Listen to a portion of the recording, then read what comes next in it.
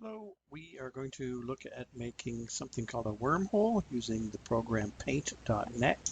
There is a PDF which is in Google Classroom for you guys, but this is a video to help you if you would rather do that. So remember we are using paint.net, which is right here. So I'm just going to open that up. So this is what it looks like. If you look on the PDF, you'll see it says open a canvas 800 by 600. So that has to do with the canvas size, but it defaults to 800 by 600, so we're fine. So the first thing we need to do is change the background to black. So we're just going to use the paint can, which is the fill tool. And we are already set with our primary color to be black. So we're just going to click and it becomes black. You'll notice here on our layer window that we have one layer and it's currently black. Okay. First thing we need to do, or the next thing we need to do, is add another layer. So I'm just right down here in my layer window, at the very bottom, there's a button that says add new layer. So I have a new layer which is transparent. And then what we're going to do is simply scribble all over this. So we're going to go onto our tools. We're going to choose the paintbrush. And I'm going to, I think, use various purples for this. So you see I'm just drawing, just scribbling. What thing I'm going to do is I'm going to change my brush width up here. I'm going to go, instead of 2, I'm going to go a bit higher to like 15 or something. Just makes it a bit easier to see. And I'm going to change some colors, scribble it a little bit different. Go a little bit much, that's almost a blue purple. Maybe it's almost a pink.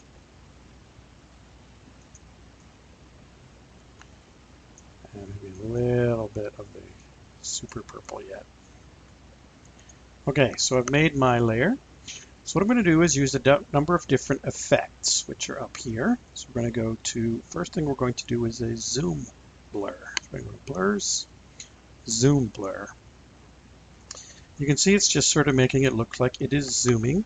We do want specific settings. So what we want to do is change our zoom amount to be 40. So I'm just going to slide this up.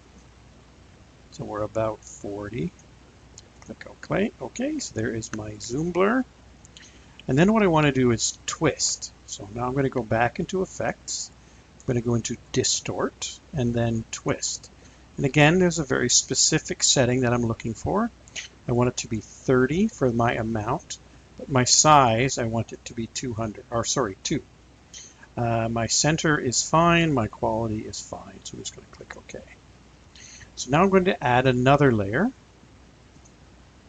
Again, it's transparent, and now I'm going to scribble again. So maybe now I will use lighter colors. So back here, I still have my paintbrush. So maybe I'll just keep everything sort of on the inside here, or closer to the white. So I can still use, here's a pink, but it's going to be much lighter. And here will be sort of a bluey purple.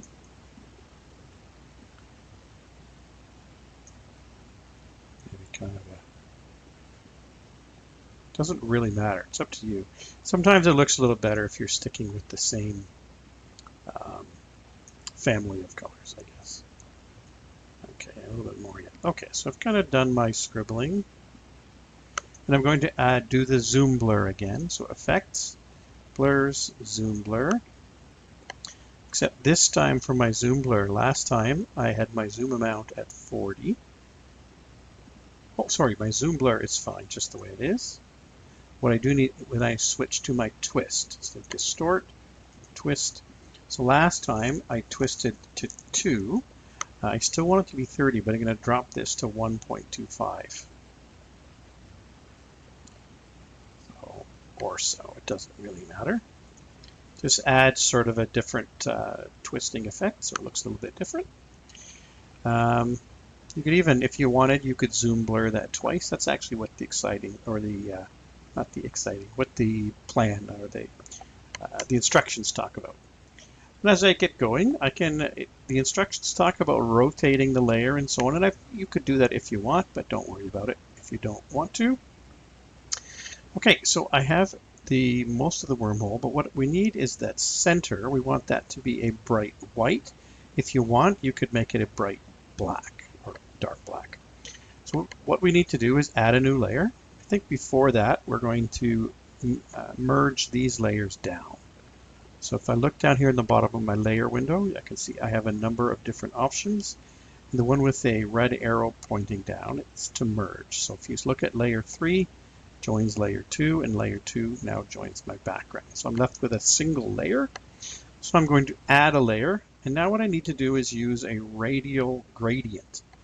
So a gradient would mean it's a solid color on one side and it will be a different color on the other side. What we're looking for is we want our primary color here to be white, but my secondary color, I would like that one to become transparent. So I'm going to click this more, less button. I'm going to take my opacity and slide it all the way over to 0. And now I have white as my primary and transparent as my secondary. And when I go over here to my gradient, and here are my options for my gradient. This is a linear gradient. What I'm looking for is a radial. I'm going to put my cursor right in the center of my picture and I click. I'm going to drag out. What you'll see is I'm getting a gradient. So don't go very far. And then I'm just going to add another layer. I'm going to do it again. And you'll notice, well, the middle is going to add another layer and do it again. And each time I'm going a little bit further out.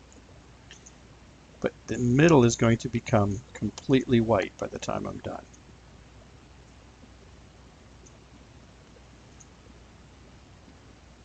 And that's probably pretty good. So now I have my wormhole leading to white. Now if I did not want that, if I wanted it to be black, I would just do the same thing, except my primary color would be black. I'll just show you what that looks like. I'll just delete these layers. Delete, delete, delete. So I'm going to add my layer. I'm going to change my primary color to be black. I'm already set with a radial gradient, so I go dead center, click, pull out a little bit, add another layer, click and pull out a little bit. Just go a little bit further each time, because we really need that center to be completely black. That'll probably do it. I'm going to merge all these layers down until I'm left with a single, and then I need to save my image.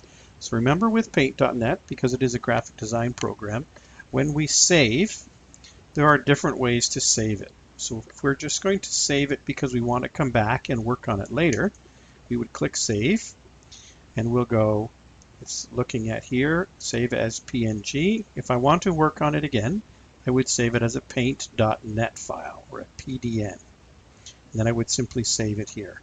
Because I'm done, I'm going to save it as a JPEG. So this is an image file. So what I'm going to do is simply, I'm going to call it with my name and then Wormhole, because that is what I made. So my name and then Wormhole, and then click Save. This is just asking is about the quality of the image, and I go, it's fine, and that is done. If you didn't merge your layers down, you might get a window that asks if you want to flatten. And what it's asking you is it's going to, because if you have a couple layers, it's going to ask if it's okay for it to squish it down into a single layer, and you would of course say yes. And that is all there is to it, to create a wormhole with Paint.net.